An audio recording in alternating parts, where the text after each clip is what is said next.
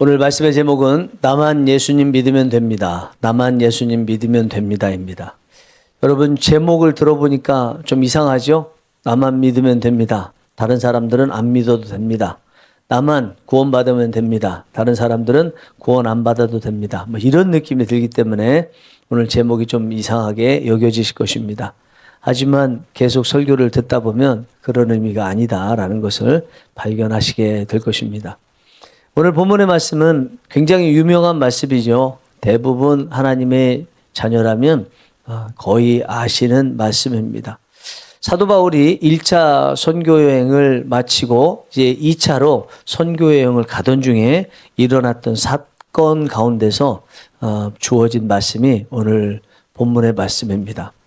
사도 바울은 1차 선교여행을 소아시아로 갔었습니다. 2차도 다시 그곳에 가서 지난번에 전했던 그 복음이 온전히 계속 유지되고 있고 또 부흥하고 있는지 필요한 것은 무엇인지를 점검하고자 하는 계획을 세웠었습니다. 그러나 하나님의 생각은 달랐습니다. 하나님은 그 1차로 갔던 소아시아가 아니라 유럽으로 가기를 원하셨습니다. 여러분 이 내용은 굉장히 중요한 내용이라고 생각합니다. 우리도 그러죠. 한번 지금 머물고 있는 곳 그리고 뭔가를 시작했다면 그것이 완전히 다 전체적으로 확실하게 된 다음에 다음 장소로 이동해야 된다라고 생각하는 경향이 있지 않습니까? 안에서 새는 바가지 밖에서 안 새냐. 지금 이렇게 애매하게 있어가지고 밖에 나간다고 해서 괜찮겠느냐. 신앙을 제대로 갖추고 그리고 어떤 조직이라면 조직면에 있어서도 제대로 갖춘 다음에 다른 곳으로 옮겨야지. 그렇지 않고 가봐야 지금 있는 상태의 그 부족한 모습 똑같이 다른 곳으로 가도 나타나게 된다. 이런 생각을 사실 잘 하지 않습니까? 그래서 있는 곳에서 일단 제대로 하는 것이 중요하다라고 말을 합니다. 맞는 말인 것 같아요. 그러나 한편 생각해 보면 꼭 그런 것도 아니다라는 것을 느끼게 됩니다. 저도 한때 뭐 그렇게도 생각했던 적도 있었습니다.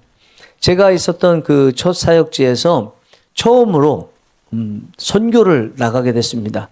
청년부를 담당했는데 청년들 데리고 선교를 가게 되는데 그때 제가 제 귀로 들었던 내용 중에 대부분의 것은 청년부 안에서 세고 있는데 밖에 나간다고 안 세냐. 조직적으로 그리고 신앙적으로 문제가 있는데 그 상태에서 선교 나간다고 해서 괜찮을 것 같냐. 일단은 내부적으로 신앙을 다지고 조직적으로도 신앙을 다진 다음에 그때 선교 가도 되지 않냐. 이런 말씀들이 많이 들렸습니다. 뭐 제가 교육전도사니까 힘도 없죠. 그런데 다행인 것은 담임 목사님께서 전폭적으로 지지를 해 주셔서 준비하게 됐습니다. 그리고 이제 가기 전에 헌신 예배를 드리게 됐어요. 그런데 헌금이 너무 많이 들어온 거예요. 우리가 필요한 것보다 훨씬 많이 들어와서 교회에서 고민이 생겼습니다. 이 헌금 가지고 뭘 어떻게 할 것인가에 대해서 두 부류의 의견이 나왔어요. 하나는 이것이 목적 헌금이니까 이번에 선교를 위해서 헌금을 했기 때문에 어쨌든 다 쓰고 와야 된다. 이렇게 말씀하시는 한 부류가 있었고 다른 한 부류는 그렇다 할지라도 헌금한 거를 헛되게 마구 써서야 되겠느냐. 다음번에 쓸 수 있도록 남겨두고 이번에 필요한 것만큼만 가져가서 쓰면 된다. 이렇게 두 부류가 이제 있었는데 이것을 해결하기 참 어려운 상황이었습니다만 하여튼 놀라운 하나님의 역사 가운데 해결이 저절로 다 되게 됐습니다. 그리고 이제 선교를 나가서 은혜를 많이 받고 왔습니다. 함께 갔던 청년들은 자기들 인생에서 가장 기억에 남는 순간이 선교 갔던 순간이다라는 말도 했었습니다. 만약에 성도님들이 하셨던 말씀처럼 안에서 새는 바가지 밖에서 안 새냐 이런 원리로 말씀하셔서 청년들이 밖으로 선교로 나가지 않았다면 그 청년들은요 이후에 많은 면에 있어서 나가서 얻게 되는 그 유익은 얻지 못했을 것이라고 생각합니다. 예. 안에서 새는 바가지 밖에서 안 새기도 하더라고요. 그래서 우리가 꼭 지금 하고 있는 일 완벽하게 다 마친 다음에만 가야 되는 것이 아니다. 예수님께서 사역하셨던 걸 여러분 한번 생각해 보시기 바랍니다. 예수님께서 고작 3년 반 동안 공생애 사역을 하셨습니다. 그 3년 반 동안 이스라엘 전 지역을 다니려면 시간이 부족하죠. 그런데 예수님은 그 3년 반의 시간 동안 다른 이방인 지역까지 가셨어요. 두로와 시돈, 데가볼리, 가다라 이 네 군데를 갔었거든요. 우리가 일반적으로 생각하는 것처럼 일단은 내가 머물고 있는 곳이 세지 않을 만큼 확실히 된 다음에 다른 곳으로 가야 된다면 예수님께서도 다른 이방인 지역으로 가시는 거 그런 내용이 성경에 안 나와야 맞아요. 그런데 그렇게 나오고 있는 것을 보면 우리가 하는 일은 지금 이것이 확실해야 다른 단계로 넓힐 수 있는 게 아니구나. 지금 단계에서 할 수 있는 곳에 하는 것이 중요하다라는 것을 느끼게 됩니다. 사실 아무리 우리가 머물고 있는 이곳이 부족하다고 해서 그곳에 집중하고 싶어도 안 열리는 걸 어떻게 하겠어요? 안 열리는 걸.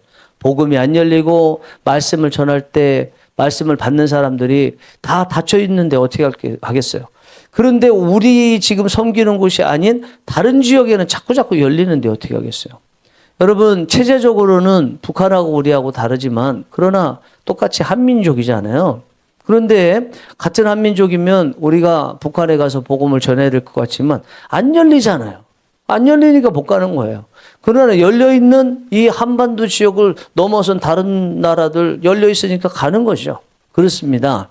우리가 복음을 전하고 또 뭔가를 하는 데 있어서 지금 내가 몸담고 있는 이곳에만 잘 된 다음에 그 다음에 가야 된다고 한다면 아무도 우리 바운더리를 넘어서 복음을 전하는 일이든지 또 다른 일도 못할 것입니다.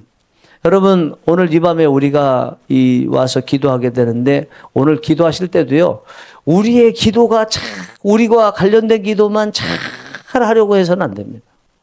거기만 잘하려고 해서는 안 열리면 어떻게 할 거예요? 우리를 위해서 오늘 기도하는데 하나님께서 이상하게 우리를 위한 기도는 안 열어주시고 생각지도 않은 저 해외, 저 오지에 있는 곳, 그런 곳이 마음에 감동이 온다면 어떻게 하시겠어요? 그것을 놓고 기도해야 되거든요. 이게 하나님의 역사라는 것입니다. 이렇게 사도 바울이 1차 선교여행을 갔던 곳을 2차에도 다시 소아시아로 가고자 했지만 성령님께서는 유럽으로 가라고 하셨습니다.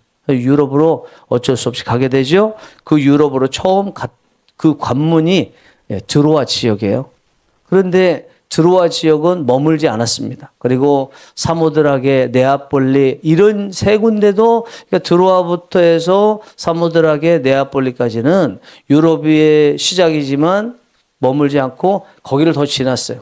그리고 머물렀던 곳이 첫 번째 머물렀던 유럽 지역이 빌립보였습니다. 이 빌립보 지역은 다른 유럽 지역보다 안쪽에 있었지만 성으로 봤을 때는 첫 번째 성이었어요.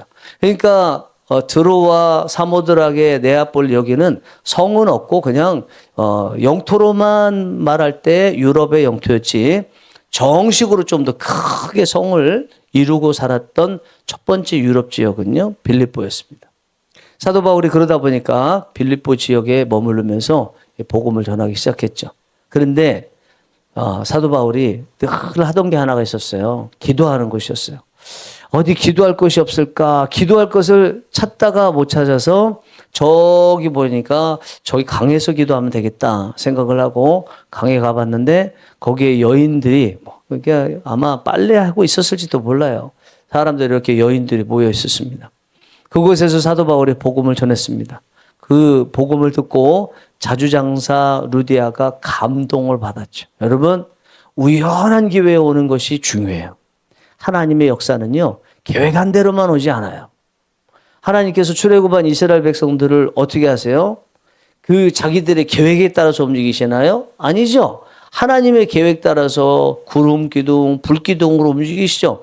그에 따라갈 때 본인은 계획이 없었지만 그 하나님의 역사를 따라갈 때 본인들에게는 우연이라고 느껴지는 그때 하나님의 역사가 일어나고 은혜를 받는 것입니다. 항상 계획되지 않은 곳에 은혜의 자리에 오는 것을 기뻐하시는 여러분들 되시기 바랍니다. 그곳이 바로 은혜 받을 기회다라고 느끼시면서 오시는 은혜가 있기 원합니다. 그곳에서 이렇게 말씀을 전하니까 여인들이 그 말씀을 듣고 그 중에서 자주장사 루디아, 자주장사하면 엄청나게 부자입니다. 자주장사 루디아가 은혜를 받고 자기 집으로 사도 바울을 모시게 되죠. 그리고 더 머무르라고 합니다. 그리고 그곳에서 이제 복음을 또 전해서 가족들도 복음을 받아들였습니다. 그리고 나서 사도 바울이 또 기도해야 되겠다는 생각이 들었어요. 원래 그 강가에 왜 갔어요? 기도하러 갔었거든요. 그런데 기도 못했죠. 왜냐하면 거기에 여인들이 있어서 복음을 전하는 게 먼저라고 생각하고 복음을 전하느라고 기도하지 못했습니다. 그러니까 기도가 고파가지고 기도하러 다시 그 강가로 가고 있었어요. 여러분들은 오늘 이 시간이 기도가 고파서 오셨나요? 아니면 기도 시간이 돼서 오셨나요?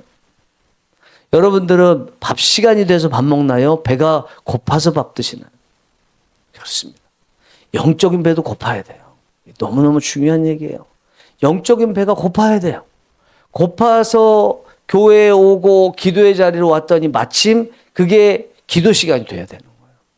여러분들이 오시게 되는 정형적으로 정해진 이 기도 시간을 비롯해서 예배의 시간이 예배가 고프고 기도가 고프고 찬양이 고프고 그래서 오시는 은혜가 있기 원합니다. 시간이 여러분들의 인생의 주인이 아니고 영적인 배고픔이 여러분들의 인생의 주인이 되는 은혜가 있기를 원합니다.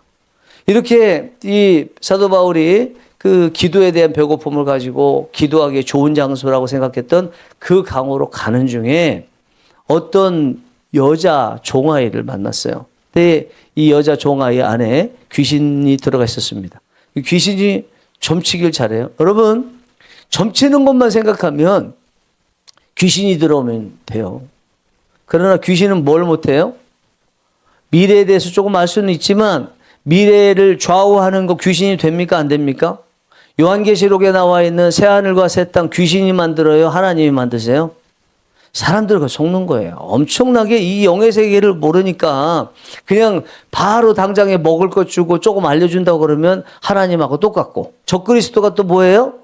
적그리스도도 예수님처럼 기적을 행해요. 그러니까 예수 그리스도께서 이곳에 있다 저곳에 있다고 해도 그것을 믿지 말라 그러잖아요. 재림하시는 예수님은 공중에서 오셨다가 그냥 끝나버리는데 그냥 초림해서 오셨을 때 기적을 행하셨던 것 같은 그런 일들을 적그리스도 땅에서 올라온 짐승, 바다에서 올라온 짐승이 행하니까 그게 바로 예수 그리스도인 줄 알고 속는 역사가 일어난다는 것입니다. 그러니까 우리가 늘 마음속에 갖고 있어야 되는 것이 제대로 된 그 복음에 대한 것을 가지고 있어야 돼요. 이렇게 사도 바울이 가다가 귀신 들린 여자아이를 만났는데 이 여자아이가 점을 잘 쳐서 돈을 벌으니까 결국은 이 여자아이가 종이니까 그 돈 번 것이 주인께 유익이 되겠죠. 이 여자아이가 그냥 있으면 모르겠는데 바울을 계속 쫓아다녀요. 뭐라고 이야기하면서 쫓아다녔나? 이게 보니까 당신은 하나님의 종으로서 구원의 길을 전하는 자라 이렇게 얘기했습니다. 귀신같이 알아본 거죠. 귀신이 여러분들을 이렇게 보면 뭐라고 그러겠어요? 귀신이 귀신같이 우리를 알아봐서 여러분들 속까지도 딱 이렇게 보고 사실은 귀신은 그거 모르거든요. 늘 말씀드리죠. 우리 속은 하나님만 아세요. 피조물은 알 수가 없어요. 그렇지만 우리가 행동하는 것을 보고 귀신이 알거든요. 여러분들을 보면서 귀신이 다 안 보이는 가운데 있는 그 비밀한 곳에서 있을 때도 다 봤을 텐데 그 봤었던 여러분들의 모습을 보고 사람들 앞에서 말할 때 뭐라고 말할 것 같습니까? 귀신이 여러분들을 우습게 여길까요? 두려워 떨까요? 전화를 합니다. 누가 온대? 우리 전도사님이 오신대. 그 얘기를 듣고 귀신이 안 돼 오지 말라고 그래 그럴 것 같아요. 아니면 그냥 오든 말든 아무 상관이 없을 것 같아요. 권사님이 오신다는데 귀신이 벌써 두려워 떨고 기도 많이 하는 분이니까 안 돼. 그 권사님 오시면 안 돼 그럴 것 같아요. 아니면 오거나 말거나 상관없어 그럴 것 같아요. 제가 여러분들이 계시는 곳에 간다 그러면 귀신이 두려워서 안 돼. 양 목사만은 안 돼 그럴까요? 아니면은 뭐 그러거나 말거나 그래 오라 그래 그럴까요? 적어도 영적인 세계를 다루기 위해서 있는 우리라면 영적인 그 존재인 귀신이 알고 떠는 사람들이 돼야 되지 않겠습니까? 그러니까 이 귀신이 들려가지고 이 여자 종 아이가 계속 따라다니면서 자기는 알거든. 예? 하나님의 종으로서 구원의 길을 여는 자 계속 얘기하는데 사도 바울이 귀찮아서 견딜 수가 없어요. 그래서 어떻게 했어요? 나사렛 예수 그리스도의 이름으로 명하노니 너희 안에 있는 귀신아 떠나가라. 그러니까 귀신이 떠나갔어. 귀신이 떠나가니까 이 여종이 점치는 걸 못하고 점치는 걸 못하면 돈을 못 벌게 되죠. 돈을 못 벌면 주인에게 손해가 끼쳐지고 주인이 화가 났습니다.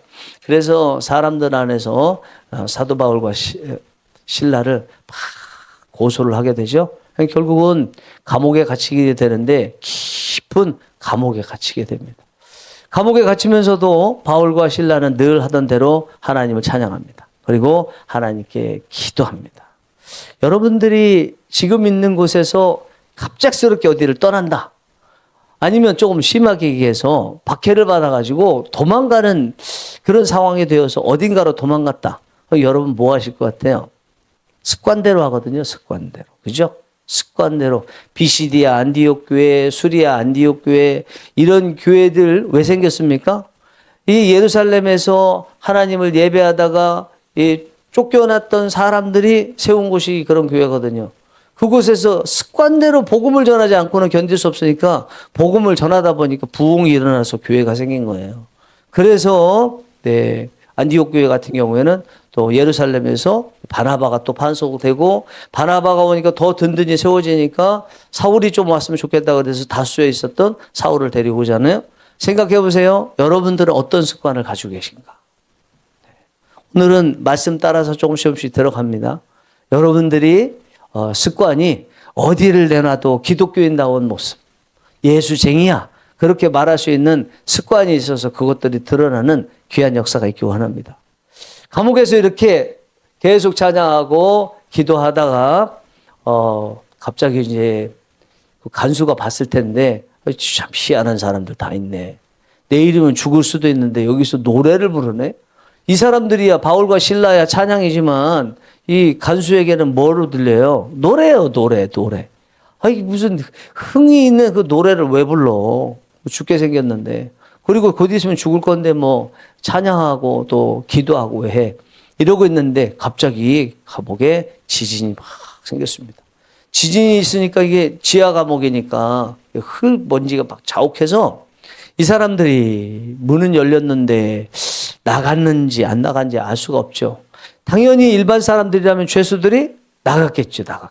그래서 이 간수가 다 나갔다고 생각하고 스스로 자결하려고 했죠. 그때 바울이 자결하지 마라. 우리가 여기 있다. 그렇게 얘기합니다. 그러니까 이 간수가 희한하다.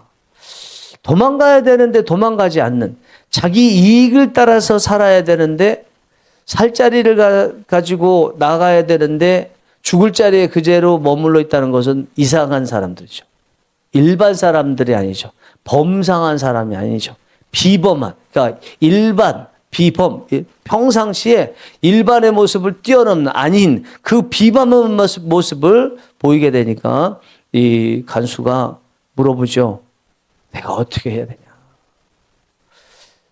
데리고 나가서 내가 어떻게 해야 되냐. 어떻게 해야 구원을 받을 수 있느냐. 그렇게 물어보는데 그때 바울이 전했던 말씀이 오늘 본문의 말씀이었습니다. 오늘 본문의 말씀 다시 한번 볼까요? 예.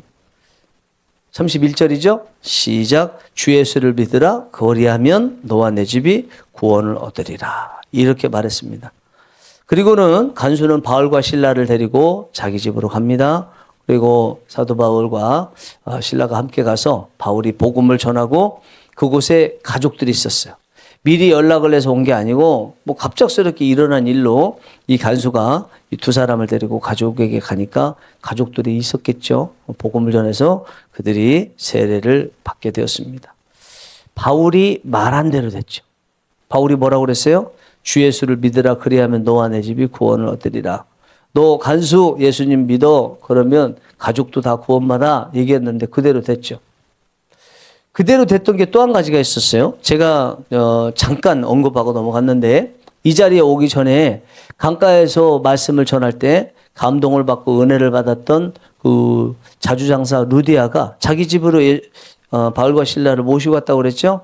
그때 바울과 실라가 그곳에서도 했던 게 있어요. 15절 말씀 보면 그와 그 집이 다 세례를 받고 우리에게 청하여 이르되 만일 나를 주 믿는 자로 알거든 내 집에 들어와 유하라 하고 강권하여 머물게 하니라. 이렇게 했죠. 여기 보니까 그와 그 집이 다 세례를 받고, 그러니까 오늘 본문에 나와 있는 간수와 간수 가족들이 다 예수님을 믿은 것 같은 역사가 바로 앞에 부분인 자주장사 루디아의 가족들에게도 일어났다는 거예요.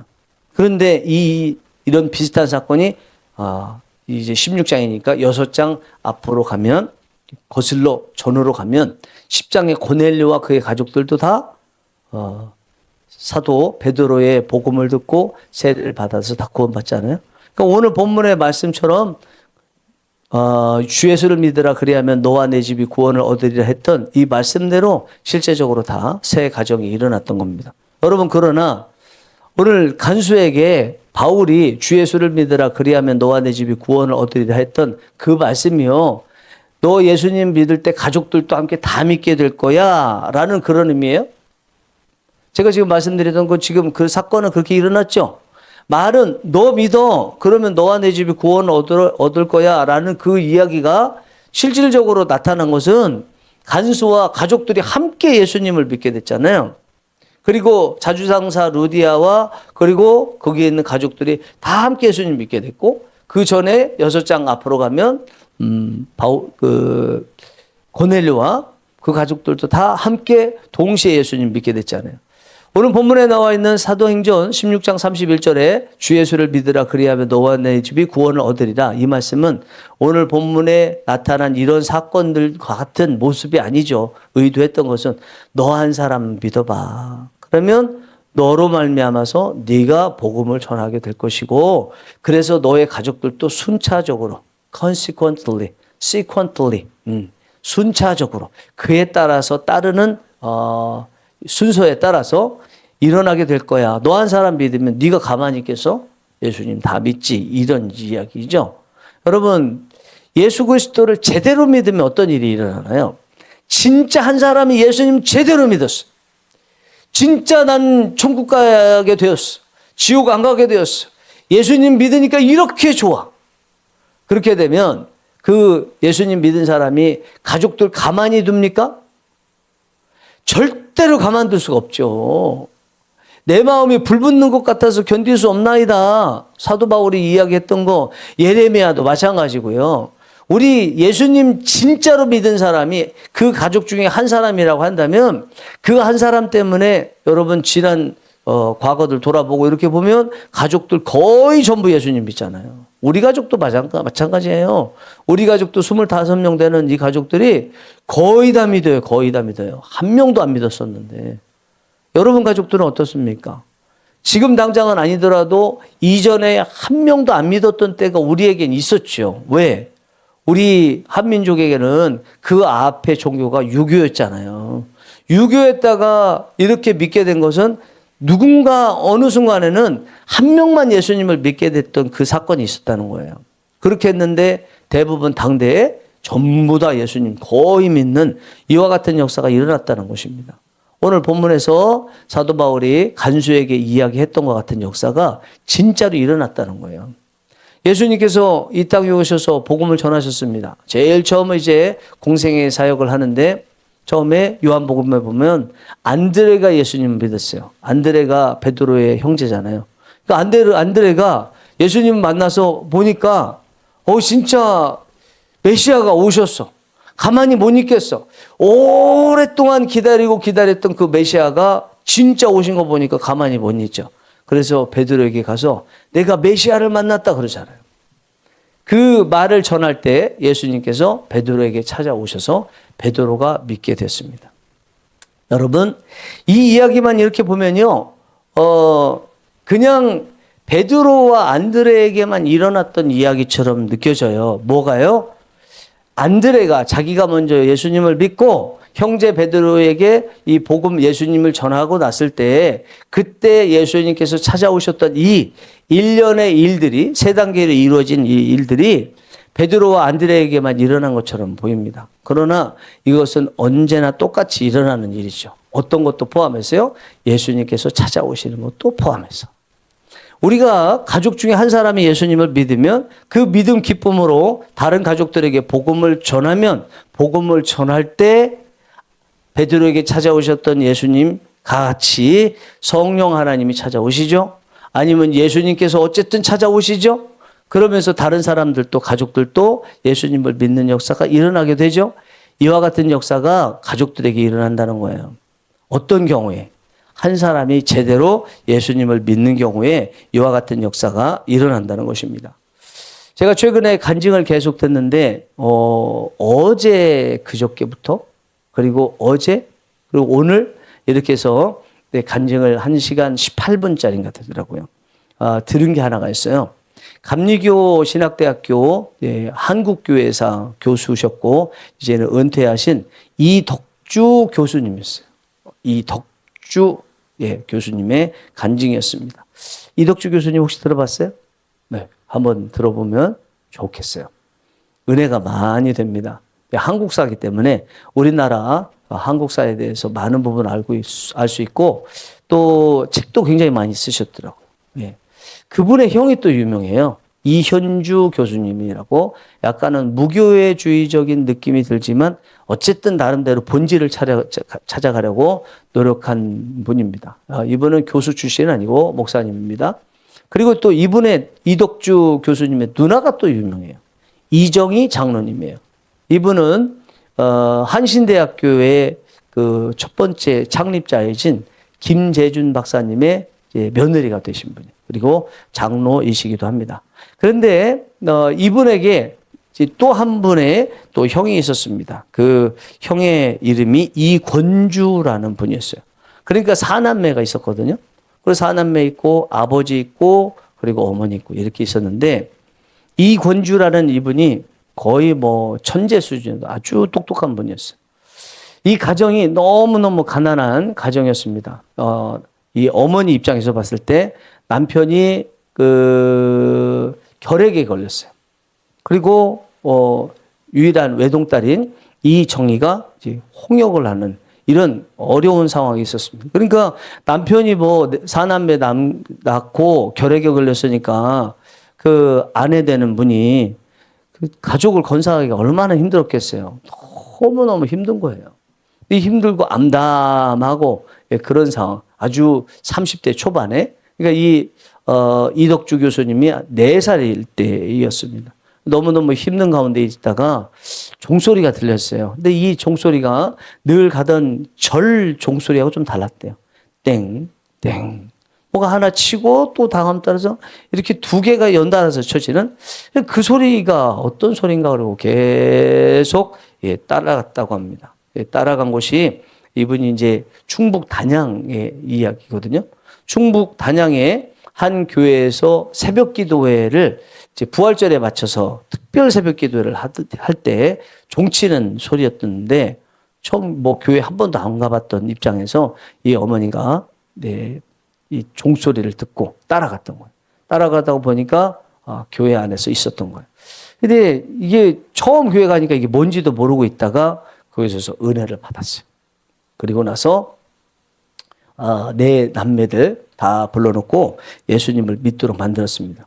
그리고 이제 시간이 좀 지나면서 첫 번째 아들인 아까 말씀드린 이 권주라는 이 첫 번째 아들이 굉장히 똑똑해서 이제 뭐 서울대든지 어딘지 갈 거라고 생각을 했는데 이 아들이 가족을 좀 위해서는 대학교 가면 안 되겠다.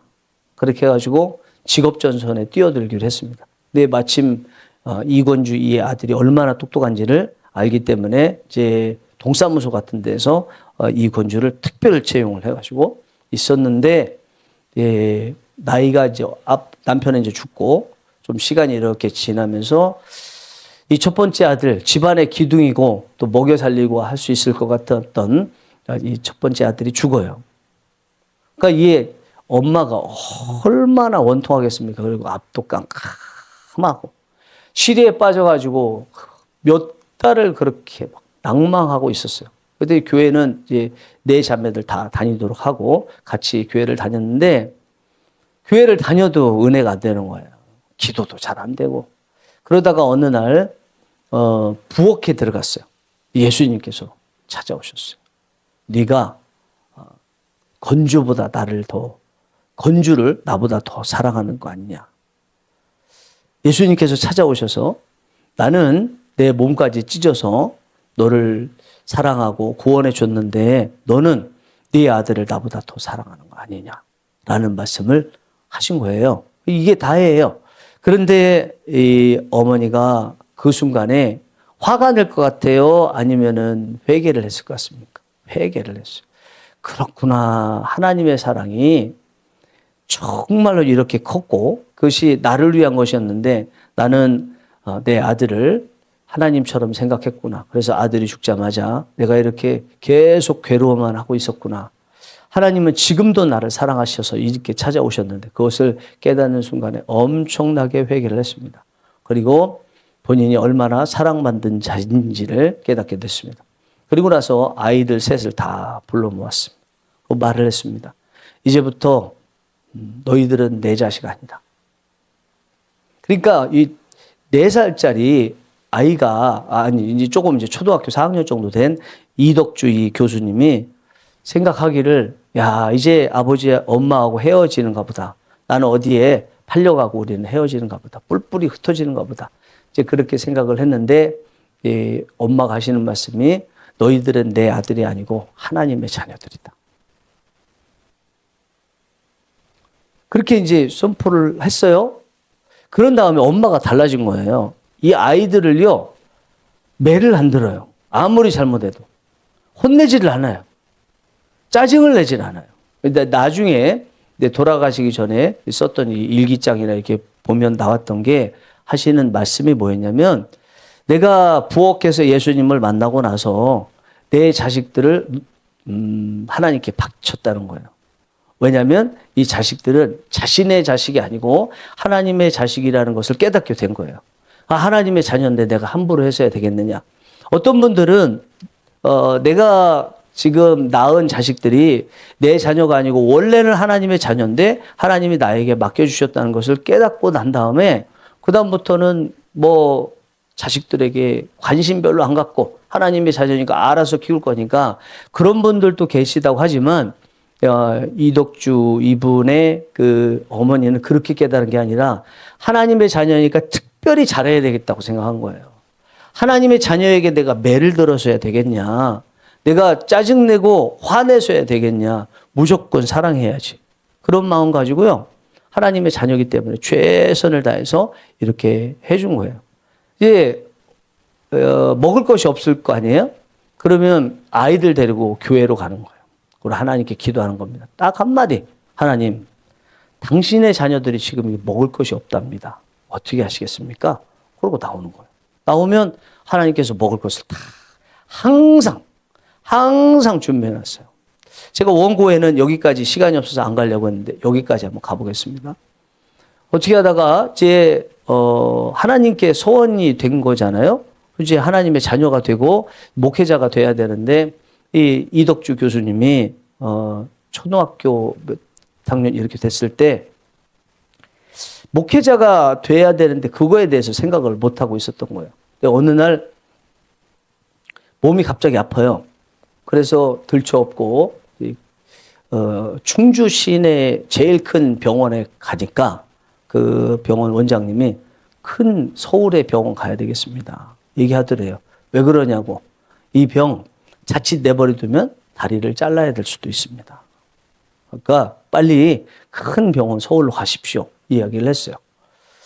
근데 이 엄마가 미적미적 하면서 이 충주의 이 병원의 원장님한테 말씀하시기를 원장님도 의사잖아요. 원장님도 수술하고 고치실 수 있잖아요. 원장님 해주세요. 그렇게 얘기한 거예요. 근데 이 원장님이 하시는 말씀이 내 아들도 똑같은 병 걸렸는데 내가 고치기 위해서 5번을 했었는데 안 돼가지고 내 아들 다리를 절단했습니다. 나는 못합니다. 그러니까 이 엄마가 서울에 가면 그래도 기회가 있다고 하는데도 원장님, 이 아이들은 내 아들 얘는 하나님께 바쳐진 아이입니다. 하나님께서 살리시기로 작정하면 원장님 손에서도 살 것이고 죽기로 작정하면 서울에 데려가도 죽습니다. 하나님 것인데 하나님이 다 알아서 하시니까 그러니까 하나님께 맡겨진 하나님께 드려진 자식이니까 원장님이 수술해 주세요. 그 이제 원장님이 자꾸 그러니까 어쩔 수 없이 알겠다고. 근데 이제 이 덕주 아이를 데리고 수술실로 가면서 계속 얘기하는 거예요. 아, 내 아들도 안 됐는데 될 리가 없는데. 그 옆에서 듣고 있는 이덕주 얼마나 원망스럽겠어요, 엄마가. 그래서 얼마 동안 엄마를 보지도 않았대요. 근데 계속 그러니까 원망되다가 이제 수술대 올라갔습니다. 걱정되잖아요.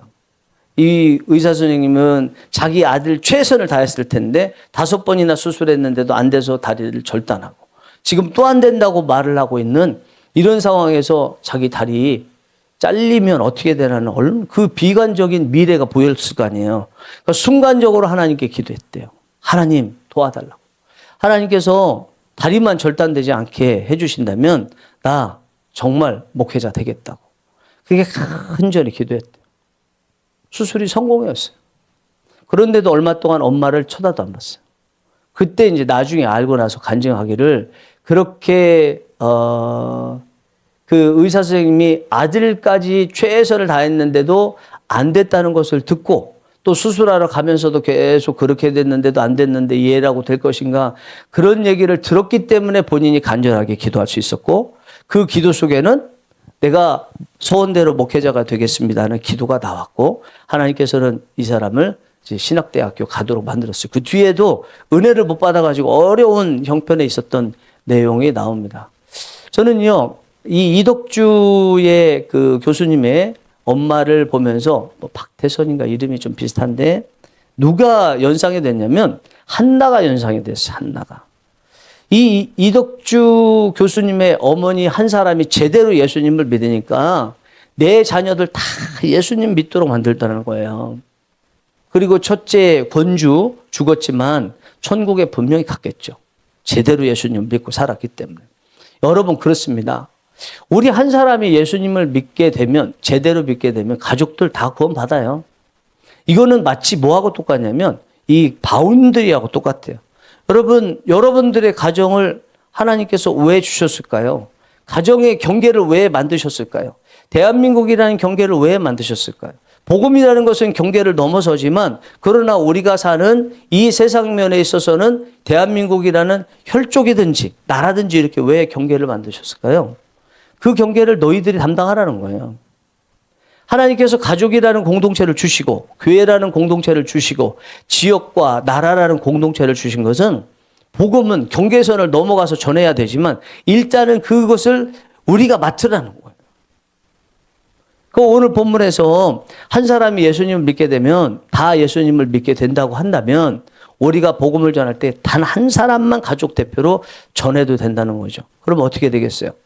그 사람으로 인해서 계속 복음이 전해지겠죠? 그러나 10명의 가족이 있다고 그러면 첫 번째 사람이 예수님을 믿었다고 해서 첫 번째 사람이 나머지 9명 다 복음을 전하겠습니까? 그 한 사람이 또 다른 가족에게 복음을 전하면 이 사람도 제대로 믿으면 복음을 전해지겠죠. 3명이 전하면 나머지 3명이 함께 나머지 7명에게 나눠서 전해지든지 아니면 어떤 사람이 더 많이 전하고 하든지 그러면서 또 4명이 돼서 뭐 4명이 함께 전하든지 이런 역사가 일어나지 않겠어요? 그리고 이렇게 해서 가정이 다 예수님을 믿게 되면 그 다음에는 가문이 전체가 이제 하나가 되는 거죠. 예수님 믿겠죠? 그 가문이 예수님 믿으면 그 지역이 또 예수님 믿는 사람들이 되겠죠? 그 지역이 되면 나라가 또 예수님 믿는 사람 되겠죠? 학생들 같은 경우에 반에서 한 사람만 제대로 예수님 믿는다면 진짜 불붙는다면 마치 가족과 같은 곳이 되어서 그 자기 줄 예수님 믿도록 하겠죠. 줄이 됐든 친한 친구들 됐든 뭔가 시작하겠죠. 직장에는요. 직장 공동체 안에 한 사람만 예수님 제대로 믿으면 그 사람이 또 가만히 있겠어요? 제가 요즘에 계속 만나면 복음 전하거든요. 예수님 믿으시죠? 너무 좋습니다. 전하거든요. 이런 일들이 안 일어나겠습니까? 계속 일어나겠죠. 학교, 직장, 가정, 뭐 선교지, 해외 출장 가면 출장 간 곳, 지역에 출장 가면 출장 간 곳, 그곳에 가기만 하면 마귀가 그다음부터 두려워 떨겠죠. 마귀가 어떻게 하면 저는 못 오게 만들까? 방해하기 시작하겠죠. 제대로 예수님 믿으면. 여러분 그렇습니다. 어떤 분은 이번에 유튜브 보니까 하시는 말씀이 믿음에 대해서 이렇게 예수님 믿으면 근본적으로 영혼육이 다 변한다는 주일 오전 예배 그 설교를 듣고 안 그러기도 하는데요. 그렇게 얘기하면 안 되지 않습니까? 여러분 원론적으로 할 얘기와 그리고 구체적으로 안에서 들어가서 구체화돼서 할 얘기는 또 달라요. 그리고 기도 같은 경우도 기도하면서 기도응답 안 받았던 그런 경우를 생각하면서 안 받을 수도 있습니다. 그러면서 기도에도 응답 못 받을 수 있습니다. 이런 얘기 해서 되겠어요? 안 되겠어요? 기도할 때는 무조건 응답받는 것을 전제로 기도해야 되는 거예요. 배수의 진을 치면 안 되는 거예요. 그렇게 했는데도 안 됐을 경우에는 그때 가서 그것도 받아들이고 하나님이 뜻이 있으시겠지. 응답 안 되는 것도 하나님의 응답이라고 생각하면서 나아가야 되는 거지. 응답 받기 위해서 기도하는 그 순간부터 응답 안 된 거, 모든 것을 안 되는 걸 다 생각하면서 얘기하면 세상에 뭘 가르칠 수 있고 뭘 할 수 있겠어요. 그렇죠? 네, 그래서 오늘 말씀에 따라서 한 사람 제대로 예수님 믿으면 그 가족 전체가 예수님 믿을 수 있다는 이것이 우리에게 가족 전체뿐만 아니라 가문 전체, 또 지역 전체, 나라 전체, 직장 전체, 또 학교 전체가 바뀔 수 있다는 것을 여러분 받아들이시면서 여러분 있는 곳에서 여러분들이 아는 상태에서 한 사람에게 그 가족 중에 한 사람에게 복음을 제대로 한번 전해보시기 바랍니다. 그러면 그 한 사람 때문에 또 그 가족이 변화될 것이고 계속 변화될 것입니다. 하나님께서 우리에게 이 사명을 주신 줄 믿습니다. 기쁨으로 여기시고 여러분들께서 기도하실 때 하나님 나에게 이런 능력을 주시옵소서. 사람 앞에 복음을 전하는 것을 두려워하는 사람이 아니라 당당하게 복음을 전할 수 있는 사람 되게 하여 주옵소서. 기도하시고 하나님께서 능력을 주시는 귀한 밤이 되기를 간절히 바랍니다. 기도하시겠습니다.